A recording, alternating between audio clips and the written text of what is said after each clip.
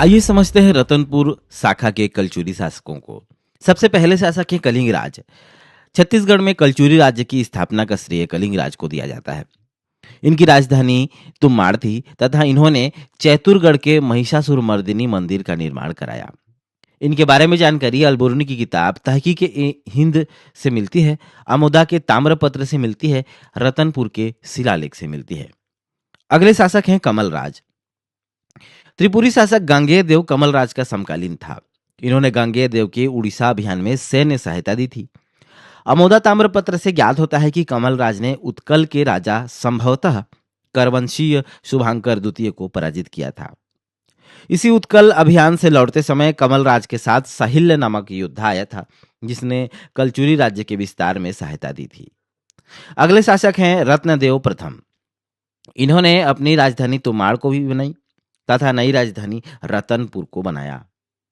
रतनपुर के बारे में बात करें तो सतयुग में रतनपुर को मणिकपुर, त्रेता युग में माणिकपुर, द्वापर युग में हीरापुर, महाभारत काल में मणिपुर, कलयुग में रतनपुर कहा जाता है। रतनपुर के अभिलेख से ज्ञात होता है कि रत्नदेव ने कुमोमंडल के राजा वज्जुक की पुत्री नोनल्ला से विवाह किया, जिससे इन वैवाहिक संबंध के कारण रत्नदेव का शासन पेंड्रा तक विस्तारित हुआ।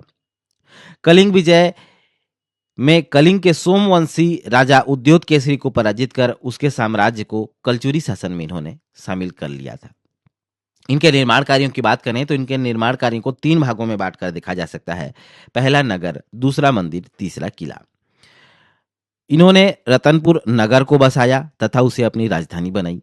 मंदिरों के रूप में रत्नेश्वर मंदिर, बंकेश्वर मंदिर, महिषासुरमर्दिनी मंदिर और महामाया मंदिर का निर्माण कराया। इनके द्वारा ही रतनपुर किला का निर्माण कराया गया, जिसे गज किला के नाम से जाना जाता है। और गज किला में 4 द्वार हैं: सिंह द्वार, गणेश द्वार, भैरव द्वार और सेमर द्वार। इसी किले के मुख्य द्वार पर ही रावण की ऐसी मूर्ति है जो स्वयं का सिर काट रहा है। इनके बारे में जानकारी रतनपुर शिलालेख से मिलती है।